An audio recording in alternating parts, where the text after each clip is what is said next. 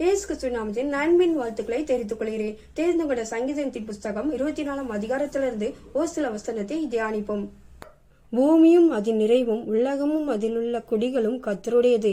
அவரே அதை கடலுக்கு மேலாக அஸ்திபாரப்படுத்தி அதை நதிகளுக்கு மேலாக ஸ்தாபித்தார். கிறிஸ்துக்குள் பிரியமானவர்களே, உங்களுடைய வாழ்க்கையில் கூட இது வாய்க்குமா வாய்க்காதான்னு சொல்லி, இது கிடைக்குமான்னு சொல்லி கவலைப்பட்டு கொண்டிருக்கீங்களா? கவலைப்படாதீங்க. ஏன்னா எல்லா காரியங்களும் கர்த்தருடைய கையில் இருக்கும்போது அவர் உங்களுக்காக செய்ய மாட்டாரா? அதன் நிறைவும் பூமியின் குடிகள் எல்லாமே அவருடைய கரத்தில் இருக்கும்போது தேவன் உங்களுக்காக அநேக காரியங்களை செய்ய உள்ளவர். யார் கர்த்தருடைய பர்வதத்தில் ஏறுவான்? யார் அவருடைய பரிசுத்த ஸ்தலத்தில் நிலைத்திருப்பான்? கைகளில் சுத்தமுள்ளவனும் இருதயத்தில் மாசு இல்லாதவனாயிருந்து தன் ஆத்மாவை மாயைக்கு ஒப்புக்கொடாமலும் கபடமாய் ஆணையிடாமலும் இருக்கிறவனே, அவன் கர்த்தரால் ஆசீர்வாதத்தையும் தன் இரட்சிப்பின் தேவனால் நீதியையும் பெறுவான். நம்ம கைகளிலும் சுத்தம் இருக்கிறதா? நம்ம இருதயத்தில் எப்படிப்பட்ட எண்ணங்களோடு எப்படிப்பட்ட சிந்தனைகளோடு இருக்கிறோம்? ஒருவேளை மாயான காரியத்துக்கு, அழிந்து போகிற காரியத்துக்காக நம்ம பிரயாசப்படுகிறோமா?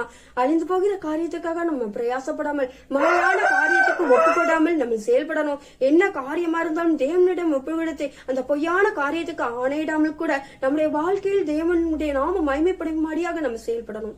இதுவே அவரை தேடி விசாரித்து அவருடைய சமூகத்தை நாடுகிற யாக்கோப் என்னும் சந்ததி.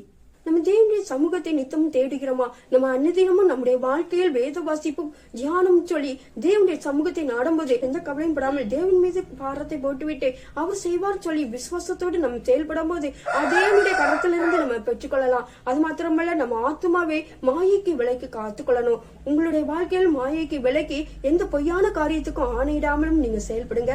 தேவன் உங்களோடு இருந்து மகிமையான காரியங்களை செய்ய வல்லவர்.